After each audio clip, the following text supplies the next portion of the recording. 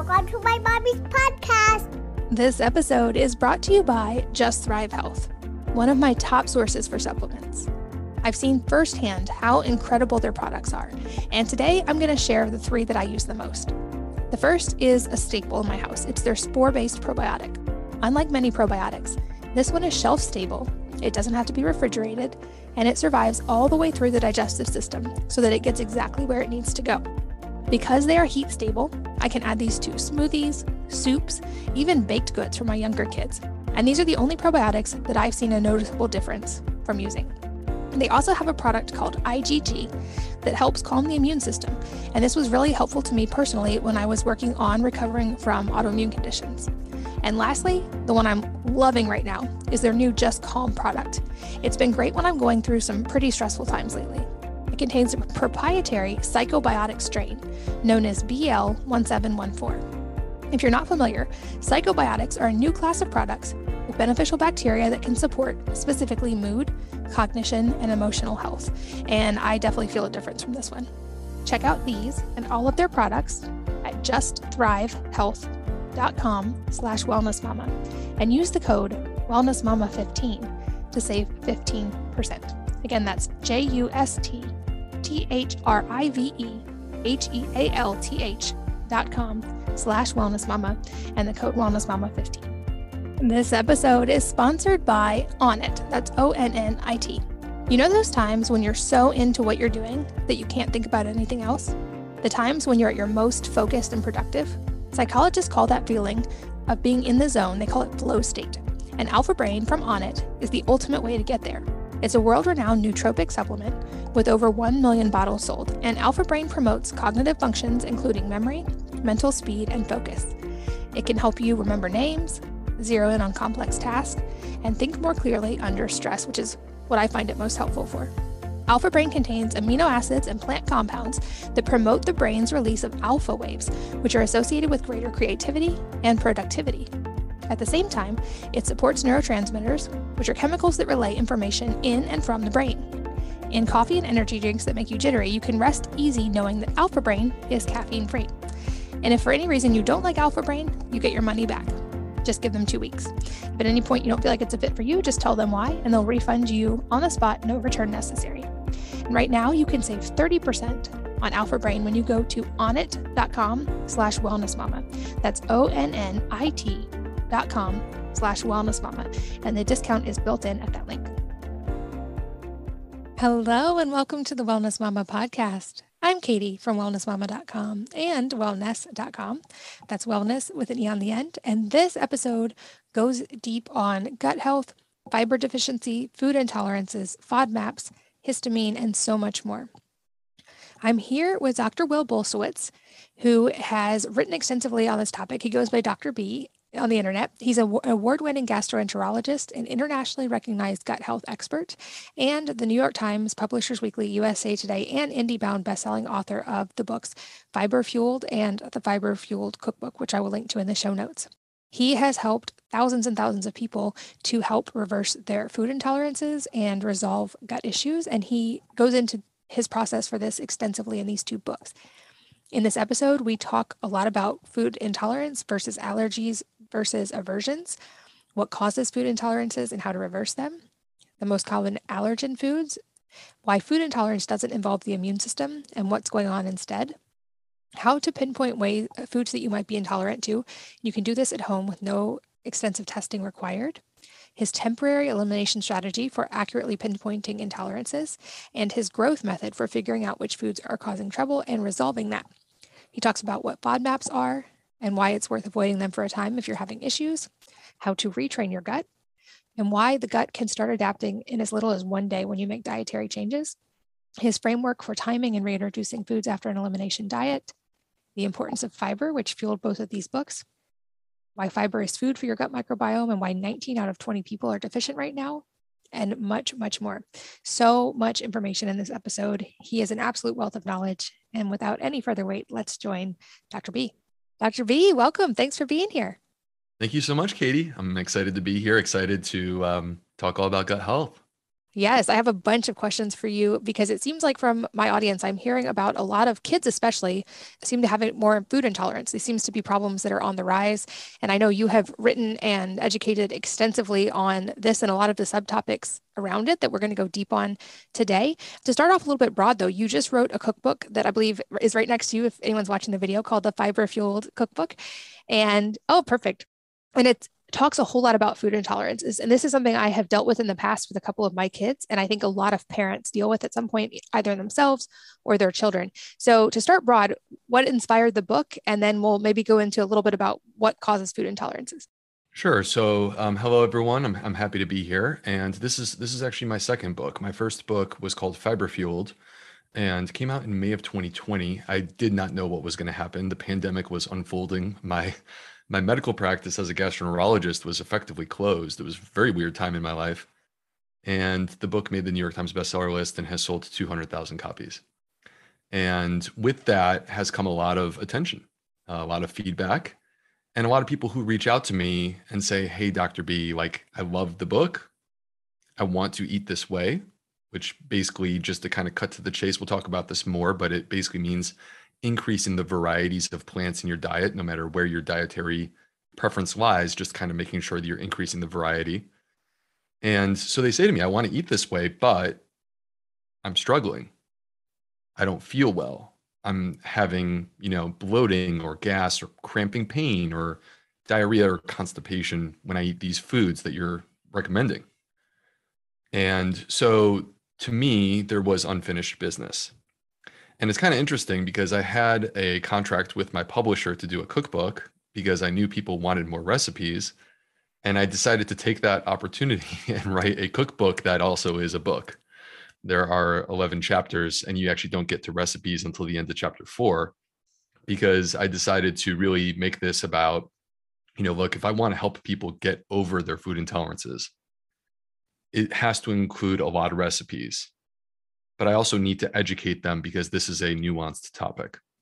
And so ultimately it came together into this book that I kind of see it like, Katie, no matter who you are, no matter what your perspective on diet is, where you come from, I have created a book that I want you to make your own, implement it in your life in a way that brings you great joy, but also I'm hoping to push you closer to better health by empowering your gut microbes. Yeah, and I got to check it out. It's extremely extensive. And I love that you give the education because I think, especially when you have to follow some kind of protocol for a while, it's really important to understand the why so that you have that motivation to actually stick with it. And you mentioned getting over food intolerances, which I think might be really exciting words for some people to hear, especially if they've got kids who have food intolerances currently. But can you kind of walk us through what exactly are food intolerances and maybe parse out intolerance versus allergy? Yeah. So, and I'll throw a third one into the mix real quick, because if we're going to include children, I'm a dad. I have now 3 kids. We just recently welcomed our third child into the family.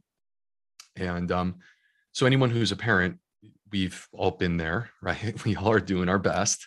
And sometimes it's a struggle for all of us. That includes me, that includes Katie, and that includes everyone at home. So we're all just kind of waking up every day doing our best.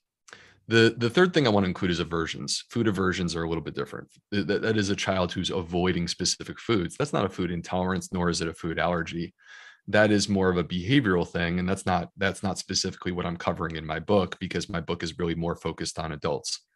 But to separate food intolerance from food allergy, we'll start with allergy. An allergy is when your immune system is activated in response to something that's coming into your body from outside your body. And that is not just a food thing. Obviously, we all know seasonal allergies, which could be pollen or it could be pet dander or something like that. And we also have things like asthma, which reactive airway disease can be a response to an allergen. In this particular case, food is the trigger. And so when a person has a food allergy, their immune system is being activated in response to food. Now, there are specific foods that are classic for food allergies. I'm going to do my best to try to list all of them right now without making a mistake, because there's quite a few. So they include soy, wheat, fish, shellfish, dairy, eggs, peanuts, tree nuts. I think I got it. Oh, corn. Corn's the last one. Okay. So, and then there's corn. So these are the classic causes of food allergies. The vast majority of food allergies fall into one of these categories.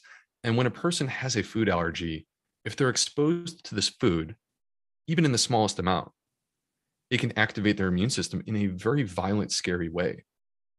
Food allergies can be life-threatening. And the reason that we can't have peanuts on airplanes in many cases anymore is because there's some people that their allergy to peanuts is so intense and severe that they're not even eating the peanut, but they somehow get exposed to it and it activates their immune system. And if you're up in the air, that's dangerous. A food allergy is very different than a food intolerance. A food intolerance does not, by definition, involve the immune system. And what happens is when you eat a food and you have a food intolerance, you feel something. And the classic is going to be digestive symptoms: gas, bloating, cramping, pain, diarrhea, constipation, things of this variety. These are food intolerances. You eat something and then this happens. And so I just mentioned that it does not involve the immune system. This is a very important point because many people think when they feel discomfort after eating a meal, they're like, oh, I'm having inflammation. But that is in fact not inflammation, because inflammation would have to involve the immune system. So what this is this is sloppy digestion. Your body is struggling to process and unpack the food. And in the majority of cases, not all, if we were like totally comprehensive, like my book is more comprehensive than we could possibly be in a 1 hour episode. But in the majority of cases, the reason that this happens is actually that there's been injury to your microbiome. Your microbiome is struggling to process the food for you. And we actually rely on them in order to do that. That makes sense. And so the fact that it is not engaging the immune system is what makes them different than food allergies. And also that's what makes it possible to reverse them, because it's not an immune system engagement. Yeah, and so also because the microbiome is involved, the exciting thing, so I'm sure your listeners have heard quite a bit about the microbiome, and I'm happy you just guide me in terms of where I can add to that. But one of the important points about the microbiome, this community of 38 trillion invisible microorganisms that live inside of us, is that it's not stuck. It's not rigid. It is adaptable. It is constantly evolving. And through diet and lifestyle choices, it can be shaped.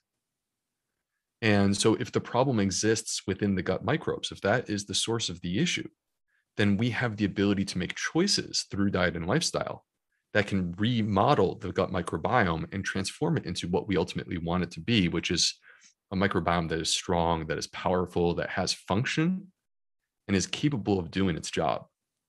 And so that's really sort of what the book is about. Now, going back to food allergies for a moment, again, food allergies where the immune system is activated, is it possible to overcome food allergies? The answer is a technicality. It's a yes. But I would never, as a medical doctor, find it within reason to write a book where a person would try to get over food allergies at home just by reading my book. It's a very complex process. It's very dangerous. You need to do it with a healthcare provider. But food intolerances can be addressed at home. And like you said, there's much more in your book than we can cover in an hour. We might have to do a round 2 one day because we might get a lot of questions on this one. But I would recommend for you guys listening, check out the book, and there will be a link in the show notes, wellnessmama.fm, to both of the books. But then what are the specific causes of food intolerance? I would guess it's probably multifaceted and there could be different causes in different people, or maybe not. But what's causing this rise in food intolerance? I think what's causing the rise in the food intolerance is progressive, I would say, sort of injury or an alteration of the gut microbiome that's occurring over generations here in the United States. I think that this is not just a very recent thing. This is actually the buildup of what's been taking place as our life has transformed during the last 100 years. Kind of what is it? Let's think about what life was like for, Katie, you and I are quite similar in age. So like this could be our great grandparents, right? What was their life like when cars didn't exist? Televisions did not exist. Phones, you had to do a rotating thing that you and I probably remember from our childhood, but most kids these days do not. The food, you sourced your food from the farmer. You knew this farmer. They didn't have access to industrial chemicals or pesticides. It's just life has changed. People walked to school. Life has changed so much relative to where we are now today, where now the average American's diet is 60% ultra processed foods. and very low on dietary fiber. We can talk more about that. But in addition to that, it's not just that in isolation. It's also the fact that we are not moving our bodies. We're sitting on the couch. We're watching television. We're not sleeping. We're using devices at night like televisions and phones and tablets and laptops that emit blue light. And they basically are suppressing our sleep hormones and affecting the quality of sleep. So even if you sleep 8 hours, you may not be getting adequate amounts of rest because the tablet that you're using at 10 o'clock at night has completely tossed your melatonin in the trash.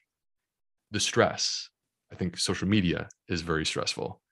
The access to information that we have today, like it's scary knowing so much of what's happening in the world. And I think all these things, when you pull them all together, it's like so much has shifted in a very short period of time. And our gut microbiome is tied to every single thing that I just mentioned. And as a result of that, the way that it's being affected is in a negative way. This is not intended to be, by the way, a pessimistic story. I'm very optimistic. It's really more so that we can't just be passively floating down the river here. We have to learn how to swim. That's the point. Yeah, I think that's such an important reframe. And I would guess that people obviously can be intolerant to lots of different types of foods. And for some people, they might just be having some of those symptoms you described, bowel pain or diarrhea or constipation or discomfort, and maybe even have trouble kind of pinpointing what specifically is causing it. So I'd love to talk about how can someone figure out accurately what their food intolerances are? Is it testing? Is it an elimination diet? How do you work with people to figure out what the problem is? So then we'll talk about how to fix it.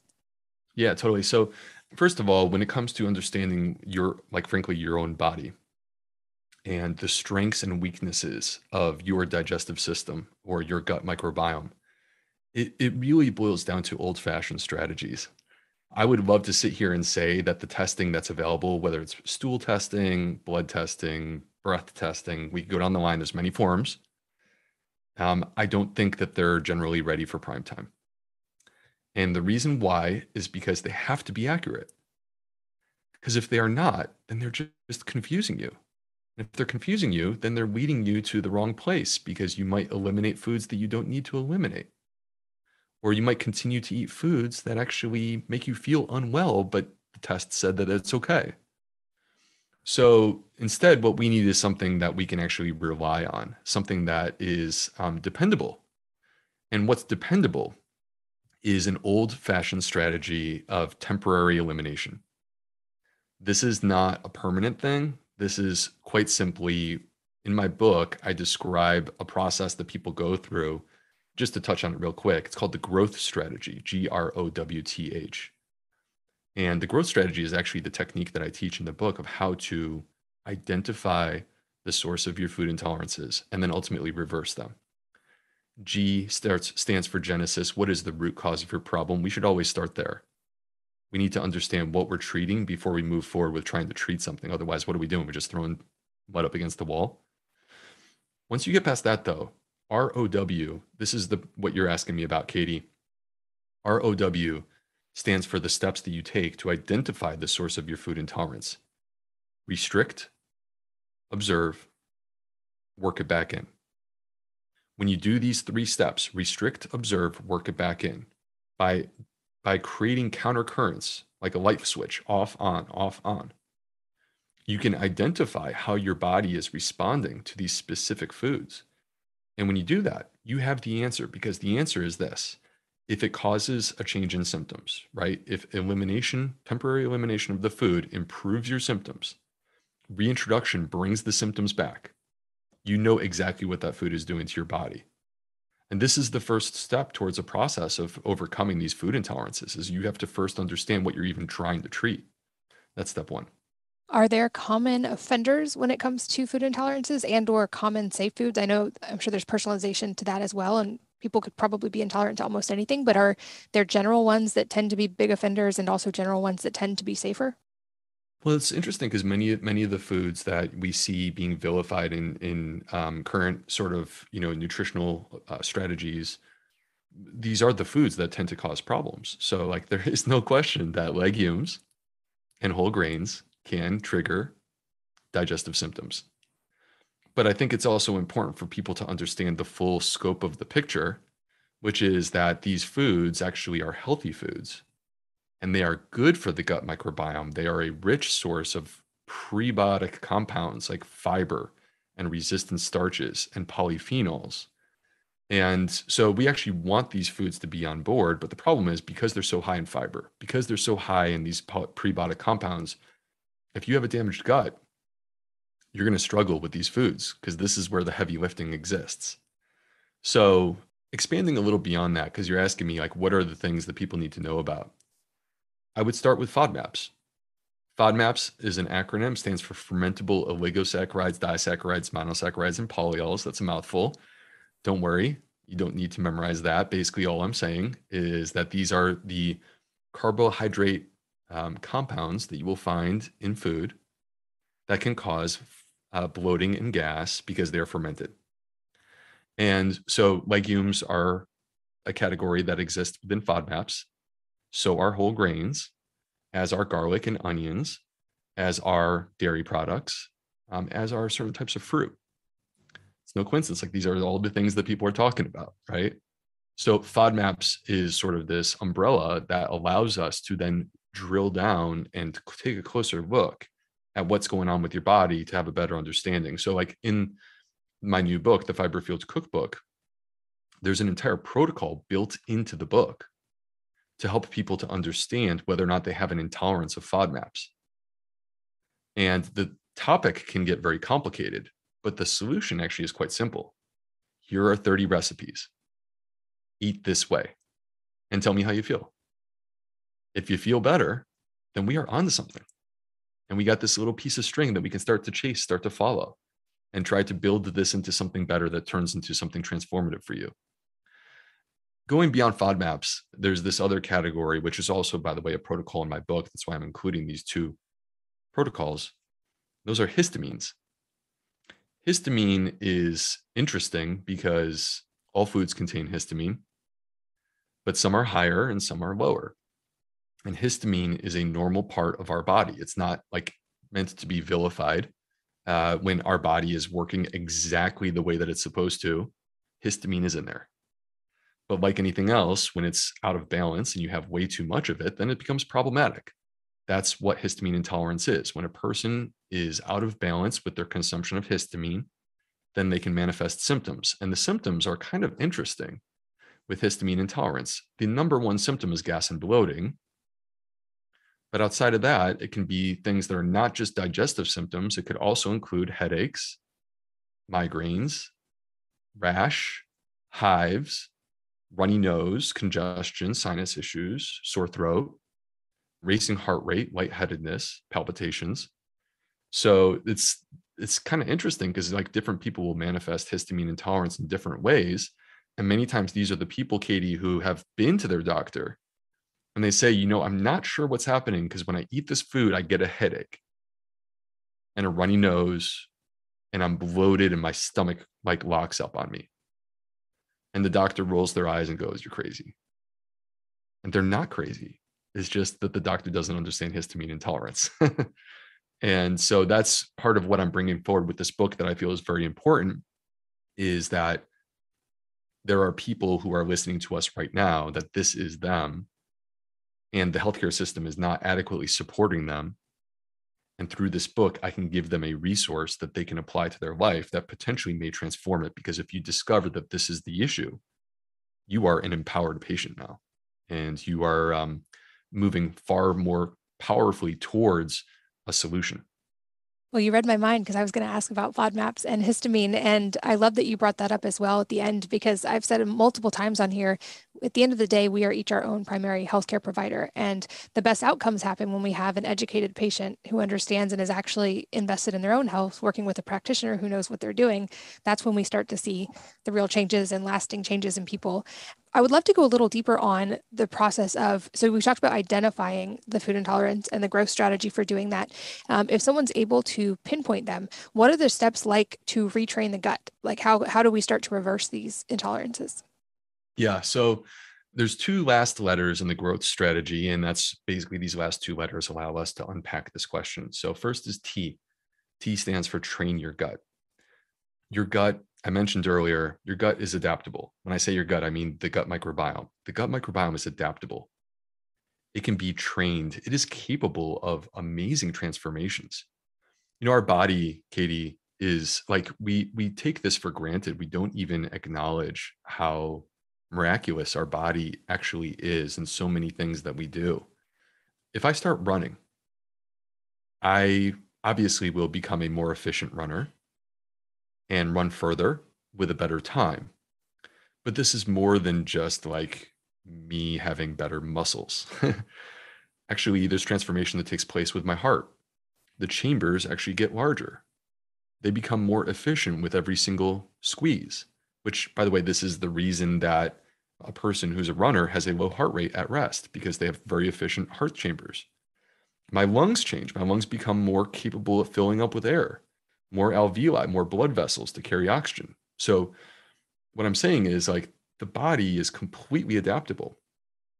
And the gut microbiome is just that. It is completely adaptable. Our research shows us that the diet that you are consuming today will already start to change your gut microbiome by tomorrow. In less than 24 hours, any dietary change will start to affect a shift in your gut microbes.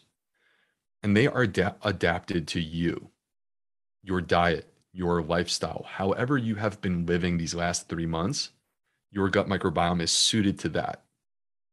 And if you start to change, your gut microbiome will change with you. But it needs an opportunity to adapt and catch up. So if you go too hard, too fast, I'm talking about like a radical dietary change, like the January 1st thing, you cause trouble because you're not going to feel well, because your body is not giving a chance to actually keep up to this big, massive change. You're asking it to make a massive shift. Shifts take time. But on the flip side, if you start low with a food and you go slow, meaning that this food that you have struggled with, let's just make it black beans. All right. This food that you have struggled with, you can start with 2 black beans. I am not kidding. It could be that ridiculously low. But you start there, and guess what? You are exposing your gut. You are challenging your gut with this food, and it will rise to the challenge. And you come back in a couple days and you do 6 black beans. And then you come back and you do 12 black beans. And this growth starts to take place where you are increasingly challenging your gut. And over the course of time, it continues to rise to the challenge. It's very similar to exercise. It gets stronger. It becomes more capable. It has functionality that it didn't previously have. And so this is the process that we can follow in terms of training our gut and bringing these foods back on board. If you quite simply reduce the amount and you slowly introduce it, you actually will feel fine, but you will give your body a chance to adapt and evolve with you as you slowly increase it. Real quick, the last letter in the growth strategy, just so we round it out for everyone who's curious. The last letter is perhaps my favorite letter, which is H, stands for holistic healing. And that is because I think it's very important for people to understand that, like, their gut is not just a bunch of digestive enzymes coming into contact with carbohydrates, proteins, and fats. You are a far more complicated person. And like, your gut is in contact with your brain, with your heart, with your liver, with your kidneys, with all these different organs, but it's also in contact with your emotional perspective. So however you feel, if you are in a unhealthy place where you are unsettled in something in your life, you could do all the things I'm describing. You could eat the perfect diet, you could sleep, you could exercise, you can meditate. But if there is something that is troubling you, that actually is going to negatively affect your gut, and it will hold you back. And there's physiologic ways in which this happens, but the point is this: the most amazing healings that I have witnessed during my career have actually not been people where I've increased their fiber intake. The most amazing healings that I've witnessed have been the people that never considered the possibility that something that was traumatizing that occurred to them, or maybe it's just like that bad job that you wish you could leave. Those are the things that are really negatively affecting a person's gut. And when you actually overcome those things, it's like incredible how quickly a person bounces back.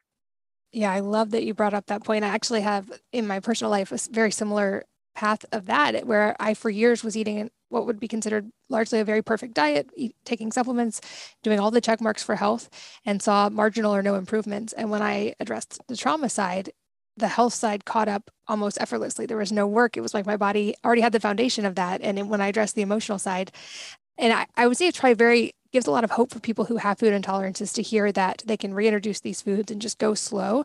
Just to get a little more clarity on that, if someone especially has had some of those more severe discomfort symptoms and they're going on this more elimination diet, how long should they wait after starting the elimination diet before they start reintroducing foods? And should they reintroduce one at a time? So with the black beans example, only introduce black beans until they can handle those and then add another, or how do you recommend that? Yeah, this is a very good question, Katie. And it's a little bit hard for me to paint with broad strokes for everyone because one of the things that I'm a little bit cautious about is I don't want to make people hyper neurotic about their food. I think that food is meant to be very simply a source of joy. We are supposed to enjoy our meal times. If you are not enjoying your meal times, if you have any fear in those moments, then clearly you are not where I want you to be. How do we go about doing this? In some ways, I kind of feel like this is where an intuitive element comes into play, where you have to see how you personally feel. Like, I don't want people to have a list of 50 different foods and they're going one by one by one by one. And they're like writing in their notebook every single thing that happens. Like, that to me, ultimately, is just a little too intense. I just want people to like kind of have a general conceptual framework and then lean into it and feel how your body is adapting to it. And how fast to go is there are no rules, but it's quite simply this. I could give you the framework. When you start low and you reintroduce these foods, when you push too hard and you don't feel well, it just quite simply means you take a little break and then you lower it even further and you start a little bit slower. That's all. So it's just quite simply like you take your foot off the gas if you need to and just slow it down, get control again. I hope that makes sense. That does. That's super helpful. And I know you have written extensively about this. So if you guys have questions, definitely check out the book. And I think another thing we probably should have even addressed at the beginning, your book being named Fiber Fueled. We haven't even yet talked about the importance of fiber and why this name in particular and what led you into that. So I would love for you to explain, because I think at least in the standard American diet, it's not really a secret that fiber is much less than it used to be in a lot of other types of diets and a lot of diets around the world. But why the name Fiber Fueled and why the importance of fiber? It's kind of an interesting story because when I pitched this book in 2018, my first book, I had multiple people tell me that they liked me, but they hated the book title. But I stuck to it because I believed that this was the title that it needed to be. Because what I'm trying to address here is that, first of all, let me redefine what fiber is for everyone. Let's let go of our common conception that fiber is this Metamucil orange drink that grandma stirs so that she can have a robust bowel movement. Like, let's let go of that for a moment. Let's start fresh. And fiber is something that we as humans are not capable of processing, which has made it like something that people have dismissed. But that doesn't mean that our microbes just watch the fiber float on by. Fiber actually is food for our gut microbiome. It is like the classic prebiotic, meaning that it feeds and fuels the microbes. It arrives in the colon where the microbiome exists intact. They use their digestive enzymes. They have, by the way, these microbes have literally, in some cases, a single cellular bacteria could have hundreds of enzymes designed to process and break down fiber. They work as a team and they start to unpack the fiber and they transform it. The fiber stops being fiber and it turns into what I would describe as the most healing, most anti-inflammatory molecule that I've ever come across. These are the short chain fatty acids. The classic one is butyrate. Many people have heard of butyrate. Butyrate, like the source for butyrate, the way that we are designed to get it is by the consumption of dietary fiber. And what happens from that point forward is these short chain fatty acids start having healing effects everywhere that they go. So like literally right there in the microbiome, they reverse dysbiosis. Some people call it leaky gut. They reverse dysbiosis. They enhance the good microbes, suppress the bad ones, and repair the tight junctions, which basically are what are broken and allowing increased intestinal permeability or leaky gut. They're repairing them. They suppress colon cancer through multiple different mechanisms. They affect our metabolism, including our blood pressure, our cholesterol, our insulin sensitivity in a number of different ways. It's not a surprise if you affect blood pressure, cholesterol, and diabetes, you're going to reduce a person's likelihood of having heart disease, which is one of the things that we see when people consume more fiber. They affect our immune system. They actually help to optimize and shape the immune system so that it can be more targeted in the way that it approaches threats. They jump into the bloodstream and they spread throughout the body. They actually go all the way up to the brain, and they affect the brain and our mood and our memory and preventing things like Alzheimer's. So they are powerful, and the way that we get them is by consuming fiber. Now, here's the rub. Here's the problem. If you and I go for a walk out there in the United States right now, 19 out of 20 people that we will come into contact with are deficient in fiber. 19 out of 20. And it's not like a mild deficiency, it's an extreme deficiency. The average woman is right now getting about 16 grams of fiber per day. And the recommended amount for a woman is 25. Men are getting a little more fiber, 18 grams. That's not something for us to be proud of, because actually we're even more deficient than women. The average man is expected to get about 38 grams of fiber, and we're getting 18. So we're not even 50% of the way there. And so this is, to me, the reason that it had to be called fiber fueled is that I wanted to, number one, share the exciting revolutionary science of the gut microbiome. Number two, show you how your diet, specifically fiber, shapes the microbiome and simultaneously becomes a vehicle for human health. And number three, I feel that this is our most pressing deficiency. Like, of all of the conversations that we have from a nutritional perspective, if I can tell you that fiber is going to reduce your risk of heart disease, reduce your risk of cancer, reduce the likelihood of having a stroke or developing type 2 diabetes, by the way, everything I just said is completely backed up by data. If that's true, and 19 out of 20 people are fiber deficient right now, why is this not on the national news every single night? I don't understand that. And along the lines of redefining fiber as not just Metamucil or psyllium husk that you're drinking in a cup, obviously fiber's in most plant like vegetables, fruits, etc. But what are some maybe surprise sources or great sources that you recommend for people to help get that number closer to where it's supposed to be? So I love mushrooms. Mushrooms technically are not plants. They're fungi, but I treat them as honorary plants. They have fiber, and they have specific types of fiber like beta glucans that have been shown to help shape our immune system in a very powerful, beautiful way. So I love mushrooms. I love the omega-3 seeds. So chia, flax, hemp. Chia, flax, and hemp are really cool because each one of them is unique in their own way. Chia seeds are higher in fiber. Flax seeds have these lignans that have hormonal benefits. And then finally, hemp seeds. Hemp seeds are actually very high in protein. And so what I love about the omega-3 seeds, chia, flax, and hemp, is that number one, they're high in fiber. Number two, they're high in omega-3s, which, by the way, is one of the other major deficiencies that exists in the United States. And number three, they're so easy to throw into a smoothie. If you make a smoothie, you could put all three in all at once. That is a beautiful thing. So these are some of the sources that I love. But, I guess I should mention, Katie, that in my first book, Fiber Fueled, I created an acronym to help people remember like the foundational foods. And it's called F goals. And I'll just run through it real quick. Suffice it to say that every single one of these foods that I'm going to mention, there's a detailed breakdown of why I believe that they're beneficial for your health. F goals, like fiber goals. F stands for fruit and fermented. G, greens and whole grains. O, the omega-3 super seeds that I just mentioned, chia, flax, hemp. A, aromatics, onions, garlic, shallots, leeks. L, legumes. And then finally, S, I kind of lost my mind on S because I had a lot that I wanted to say. So shrooms, and also sea vegetables or seaweed, and also sulforaphane. So sulforaphane is the phytochemical that you will find in broccoli sprouts, and it is a powerful anti-cancer chemical.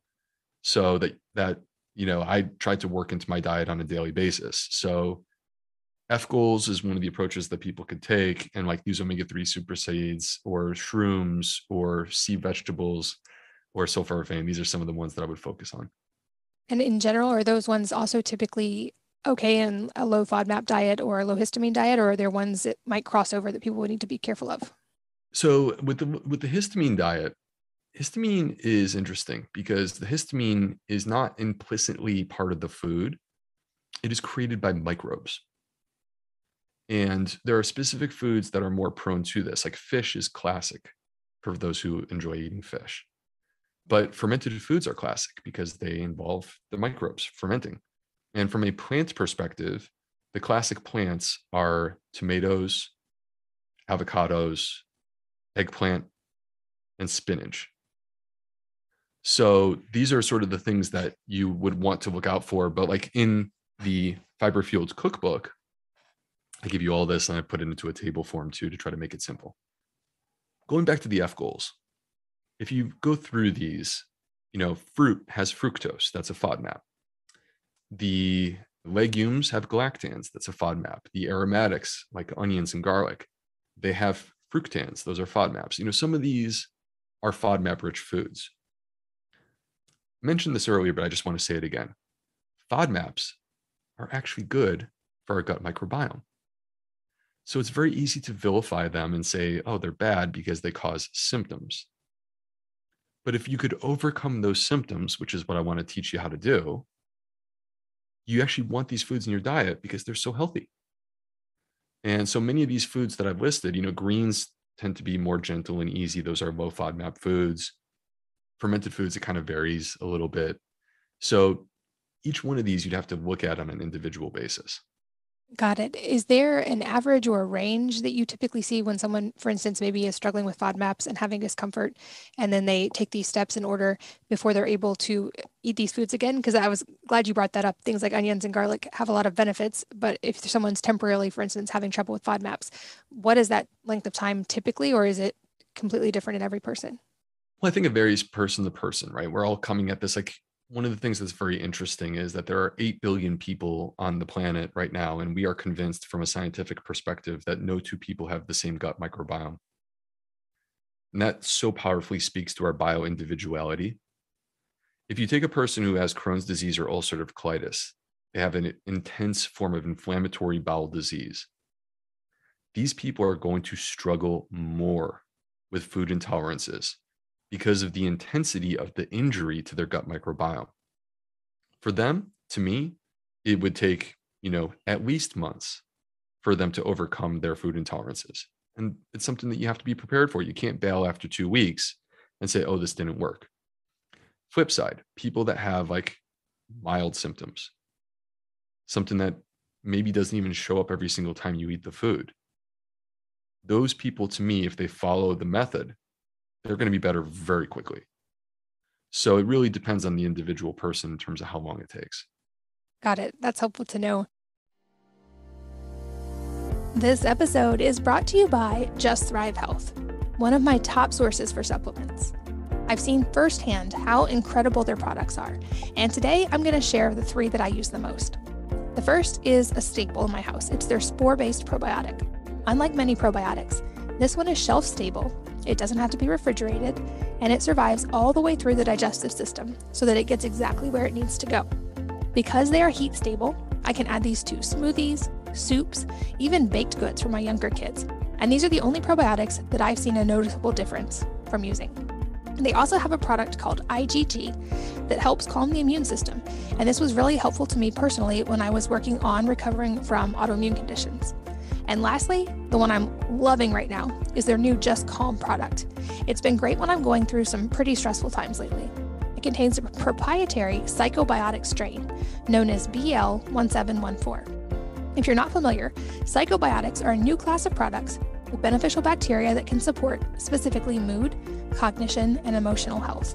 And I definitely feel a difference from this one. Check out these and all of their products at justthrivehealth.com/wellnessmama and use the code wellnessmama15 to save 15%. Again, that's JustThrivehealth onnit.com/wellnessmama and the code wellnessmama15. This episode is sponsored by Onnit. That's ONNIT. You know those times when you're so into what you're doing that you can't think about anything else? The times when you're at your most focused and productive? Psychologists call that feeling of being in the zone, they call it flow state. And Alpha Brain from Onnit is the ultimate way to get there. It's a world-renowned nootropic supplement with over 1 million bottles sold, and Alpha Brain promotes cognitive functions including memory, mental speed, and focus. It can help you remember names, zero in on complex tasks, and think more clearly under stress, which is what I find it most helpful for. Alpha Brain contains amino acids and plant compounds that promote the brain's release of alpha waves, which are associated with greater creativity and productivity. At the same time, it supports neurotransmitters, which are chemicals that relay information in and from the brain. In coffee and energy drinks that make you jittery, you can rest easy knowing that Alpha Brain is caffeine-free. And if for any reason you don't like Alpha Brain, you get your money back. Just give them 2 weeks. If at any point you don't feel like it's a fit for you, just tell them why, and they'll refund you on the spot, no return necessary. And right now, you can save 30% on Alpha Brain when you go to onnit.com/wellnessmama. That's onnit.com/wellnessmama. And the discount is built in at that link. Are there any supplements that you find are typically helpful when someone's going through this process, like things that can be supportive of that gut healing? Yeah, so I actually am a big believer in prebiotic fiber supplements. Even though I personally consume a high fiber diet, I actually use them myself. So some of the examples of what I'm talking about, prebiotic fiber supplements include acacia powder, wheat dextrin, partially hydrolyzed guar gum, psyllium husk. So these are some of the things that you could potentially take, and you start very low, you go very gentle on them. But like even for me, I use them because I notice a difference in terms of how I feel, even though I'm eating a very high fiber diet with a lot of varieties of plants. Probiotics, this is how I feel. I feel that there's a lot of marketing hype out there. And it would be very easy for me to just kind of say, oh, probiotics don't work. That's not true. Probiotics do work for many different people. But we have to come back to the fact that you have a unique gut microbiome. So there is no like one size fits all when it comes to probiotics, because ultimately the question is going to be, how does this probiotic fit with your specific unique microbiome? So the way that I recommend that people approach this is you try the probiotic for a month and you see how you feel. And if you notice a difference and you're comfortable with the price, then like from my perspective, I'm on board.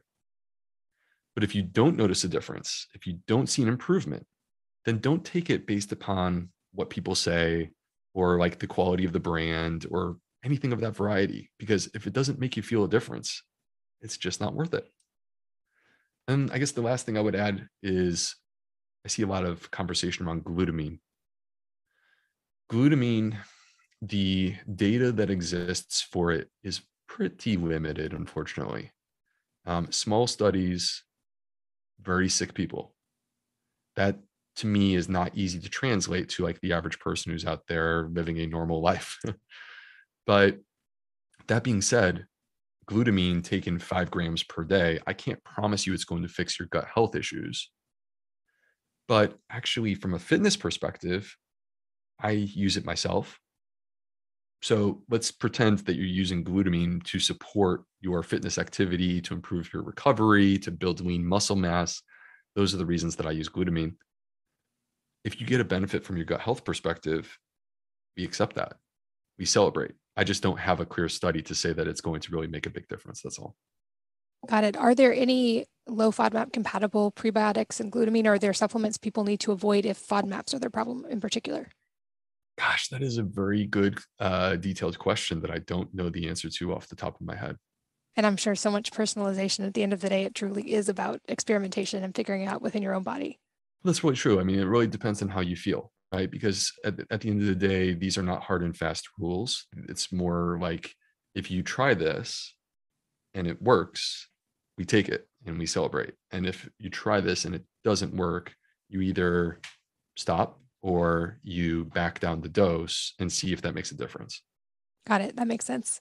We've gotten to cover so much in this episode. I love it. And I have a feeling we will get some follow-up questions only because I hear more from my audience about things, especially FODMAPs being issues, histamine, and food intolerance. These definitely all seem to be on the rise.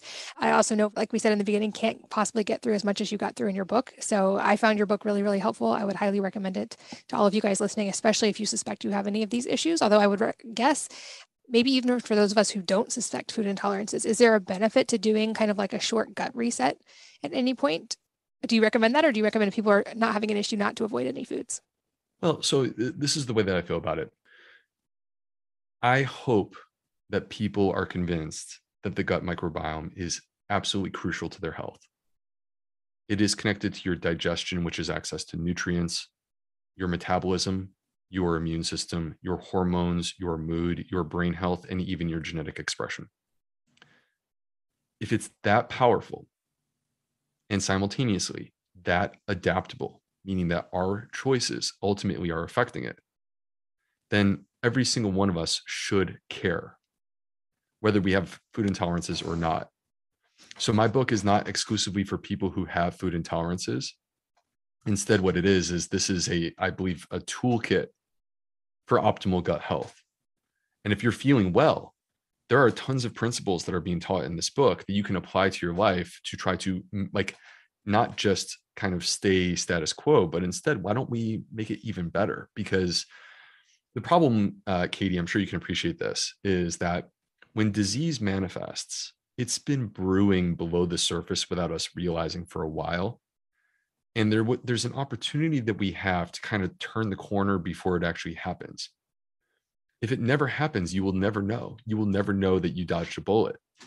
But the way that we approach this is to try to optimize as much as possible. And it should start today for every single one of us. That's the way that I feel about it. That's a great way of putting it. And I've been taking notes while you've been talking. And so there will be a lot of key takeaways in the show notes at wellnessmama.fm for you guys listening. Also, of course, check out the book. There's a lot more information in there. But in the name of respecting your time today, I have just a couple of last quick questions. The first being is if there is a book or number of books that have profoundly influenced your life, and if so, what they are and why. Yeah, so I am going to go with Carol Dweck. Her book was called Mindset. Came out in 2006.